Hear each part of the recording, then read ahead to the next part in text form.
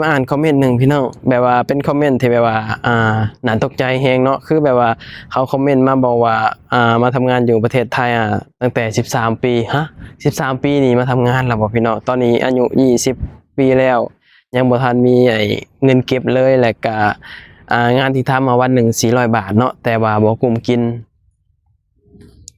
สบายดีพ่อแม่พี่น้องสวัสดีพ่อแม่พี่น้องทางฝั่งไทยนำครับผมมื้อนี้เฮาก็สิมาอ่านคอมเมนต์หนึ่งพี่น้องแบบว่าเป็นคอมเมนต์ที่แบบว่าน่าตกใจแฮงเนาะว่ามาทำงานอยู่ประเทศไทยตั้งแต่13ปีฮะ13ปีนี่มาทำงานแล้วบ่พี่น้องตอนนี้อายุ20ปีแล้วยังบ่ทันมีเงินเก็บเลยและก็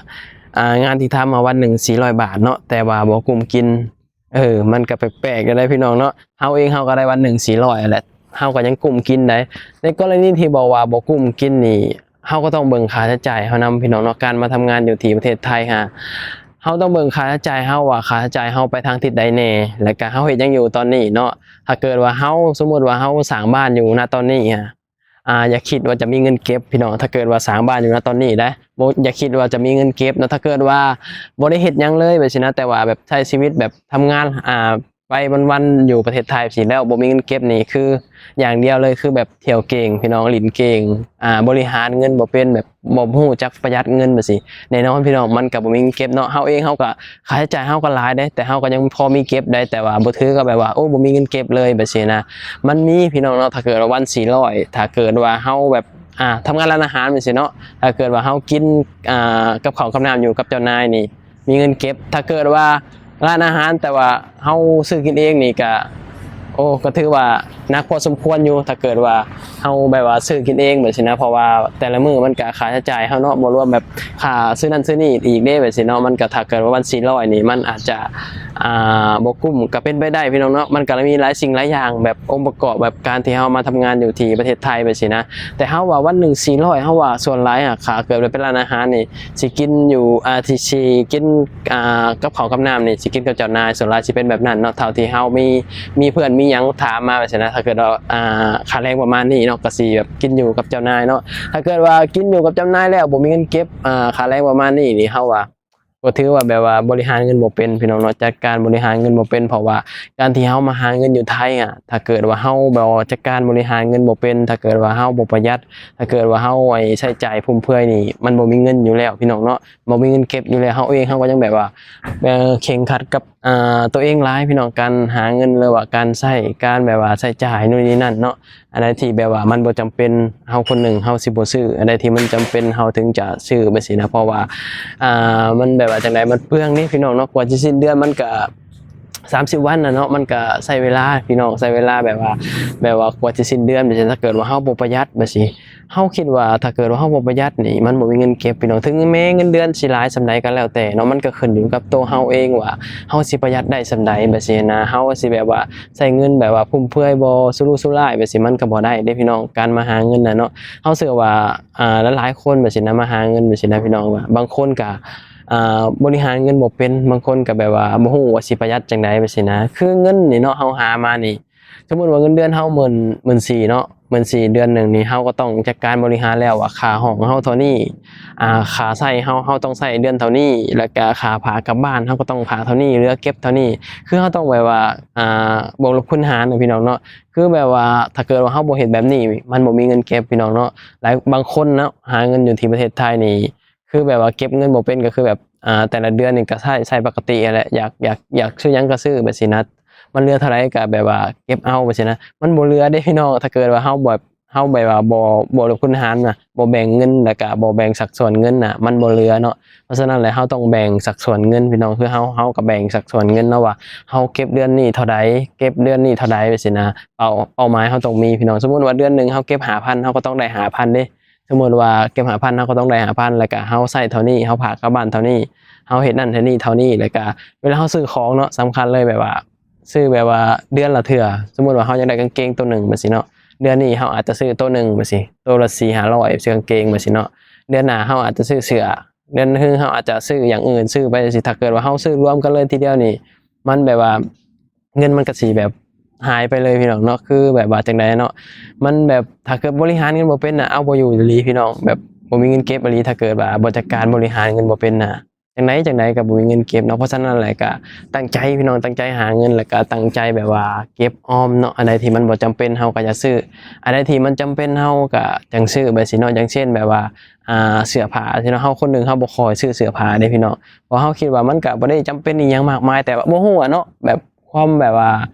ความมักความชอบของแต่ละคนมันก็สิบ่คือกันเนาะคือเฮานี่เฮาบ่ค่อยซื้อเสื้อผ้านานๆเนาะสิซื้อทีแบบสินะถ้าเกิดว่าเฮาสิซื้อหยังนี่เฮาก็บ่ได้ซื้อครั้งเดียวแล้วก็บ่ได้ซื้อแบบว่าเดื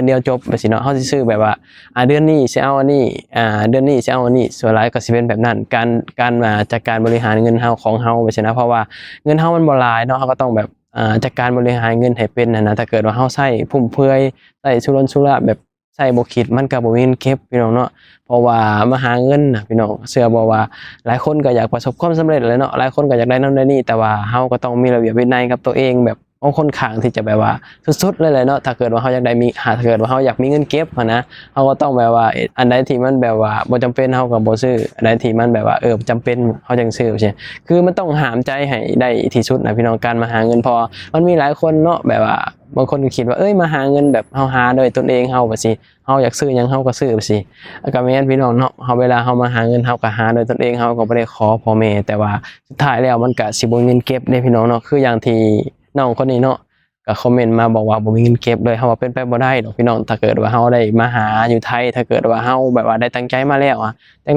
ไดก็มีเงินเก็บขึ้นแต่ว่าเจ้าอาจจะแบบมีหยังอยู่ทางบ้านบ่หรือว่าค่าใช้จ่ายเจ้ามันหลายเจ้าก็บ่มีเงินเก็บเนาะสมมุติว่าเจ้าสร้างบ้านอยู่ตอนนี้อยู่บ้านเฮาอยู่สปลาวว่าซี่เนาะเจ้าก็บ่มีเงินเก็บแน่นอนอยู่แล้วการที่จะสร้างบ้านทั้งหยังค่อยเฮาเองเฮาก็เคยผ่านมาแล้วเนาะการสร้างบ้านสิถึงแม้บ้านเฮาอาจจะหลังน้อยๆแบบมันก็แบบว่าบ่ได้แบบว่าราคาแบบสูงแต่สำหรับเฮาว่ามันสูงอะนะแบบว่าเฮาก็ยังแบบบ่มีเงินเก็บช่วงหนึ่งแบบสินั่นแหละพี่น้องการสร้างบ้านนี่แน่นอนมันบ่มีเงินเก็บพี่น้องถ้าเกิดว่าเฮาแฮงแบบนี้เฮาแบบว่าบ่มีระเบียบวินัยกับตัวเองนี่แฮงแล้วเลยการเก็บเงินนี่คือบ่ได้เลยเนาะถ้าเกิดว่าเฮาบ่หามใจหามหยังว่าซี่เนาะเพราะว่าคนเฮาอะมันแบบว่ามันมีแต่คำว่าอยากเด้บ่ว่าไผเด้พี่น้องมีแต่คำว่าอยากเนาะอยากได้นั่นอยากได้นี่เป็นธรรมดาพี่น้องถ้าเกิดว่าเฮาบ่ประหยัดนี่มันก็บ่มีเงินเก็บเนาะเพราะว่าเงินทองอะมันเอาจริงๆเนาะมันหายากแต่ว่าพอแบบว่าพอใช้จ่ายมันง่ายพี่น้องเนาะแต่ว่ามันก็มาทำงานอยู่ไทยมันก็ยังดีกว่าอยู่บ้านเฮาพี่น้องเนาะบ้านเฮาแทบจะบ่มีวันหาแบบนี้นะหาเงินก็ยากพี่น้องแบบการที่เฮาจะอยากได้หยังแบบเป็นชิ้นเป็นอันใหญ่ๆนี่ราคาเป็นหมื่น2 0,000นี่มันแทบจะบ่ได้ถ้าสำหรับแบบว่าผู้ใดที่บ่หาเงินบ่เก่งแบบนี้นะถ้าผู้ใดหาเงินเก่งก็ได้พี่น้องแต่ผู้ใดหาเงินเก่งเนาะถ้าเกิดว่าผู้ใดหาเงินบ่เก่งก็บ่ได้ตามบ้านนอกเฮาตามชนบทเฮาแบบนี้นะมันก็พอแต่ได้อยู่ได้กินนั่นแหละกับครอบครัวเฮือนซ่านแบบสิไปวันๆจังซี่นะมันบ่มีเงินเก็บดอกพี่น้องเนาะถ้าผู้ใดแบบว่าอยากมีเงินเก็บก็ต้องข้ามมาหาเงินอยู่ที่ประเทศไทยแล้วก็เวลามาเฮ็ดงานอยู่ที่ประเทศไทยแล้วก็ที่สำคัญเลยพี่น้องก็ต้องมีระเบียบวินัยกับตัวเองแล้วก็ต้องประหยัดให้ได้เนาะประหยัดเป็นสิ่งสำคัญเลยพี่น้องเนาะความประหยัดเป็นสิ่งสำคัญเนาะถ้าเกิดว่าเฮาประหยัดได้นี่เฮาสิมีเงินเก็บถ้าเกิดว่าเฮาประหยัดบ่ได้นี่มันบ่มีเงินเก็บพี่น้องแล้วก็ต้องเบิ่งค่าใช้จ่ายเฮานำเนาะอันใดที่เฮาหักออกได้เฮาก็ควรที่จะหักอันใดที่เฮาลดได้เฮาควรที่จะลดเพราะว่าค่าใช้จ่ายบางอย่างบางสิ่งบางอย่างมันอาจจะบ่จำเป็นแบบนี้เฮาก็ลดลงแบบนี้นะแต่ถ้าเกิดว่ามันจำเป็นก็มันลดบ่ได้ก็ตามนั้นพี่น้องเนาะเป็นกำลังใจให้เด้อสำหรับคนที่เข้ามาทำงานอยู่ที่ประเทศไทยเนาะมาหาเงินอยู่ที่ประเทศไทยก็ตั้งใจหาเงินพี่น้องตั้งใจเก็บเงินแล้วก็ไปแบบว่าทบทวนเบิ่งว่าค่าใช้จ่ายเฮานี่มันมีหยังแหน่แล้วก็อันใดที่มันบ่จำเป็นแหน่แบบนี้เฮาก็ควรที่จะตัดออกแบบนี้นะแล้วก็เฮาควรที่จะใช้เงินจังใดเฮาควรที่จะเก็บจังใดคืออย่างที่เฮาเว้าเนาะก็ต้องบริหารเงินให้เป็นว่าอันนี้แบบกลับบ้านส่งกลับบ้านอันนี้แบบว่าค่าห้องอันนี้ค่าใช้เฮาแบบนี้เนาะเฮาเองเฮาก็ใช้เงินเดือนหนึงเฮาก็ใช้บางเดือนก็ 2,000 บาทพี่น้องแบบวันหยุดวันหยังก็ไว้ซื้ออยู่ซื้อกินแบบซื้อสบู่สบี่แบบนี้นะอันนี้ก็ต้องแบบว่าเข่งขัดกับตัวเองหลายพี่น้องถ้าเฮาบ่เข่งขัดกับตัวเองเฮาก็บ่มีเงินส่งกลับบ้านแล้วก็เฮาบ่มีเงินเก็บแบบนี้นะส่วนหนึ่งเฮาก็เก็บส่วนหนึ่งเฮาก็ใช้จ่ายแบบนี้นะก็นั่นแหละพี่น้องเนาะก็เป็นกำลังใจให้สำหรับคนที่มาสู่งานอยู่ที่ประเทศไทยพี่น้องเนาะก็ไปทบทวนเบิ่งว่าเฮาควรที่จะจัดการบริหารเงินที่เฮาหามาได้จังไดเฮาถึงจะมีเงินเก็บเฮาถึงจะมีเงินแบบว่าหลายขึ้นแบบนี้นะพี่น้องเนาะก็คลิปนี้ก็บ่มีหยังหลายเนาะก็ขอบคุณพี่น้องหลายที่แบบว่าเสียสละเวลาเข้ามาเบิ่งมาชมพอกันคลิปหน้าเด้อพี่น้องสบายดีสวัสดีครับผม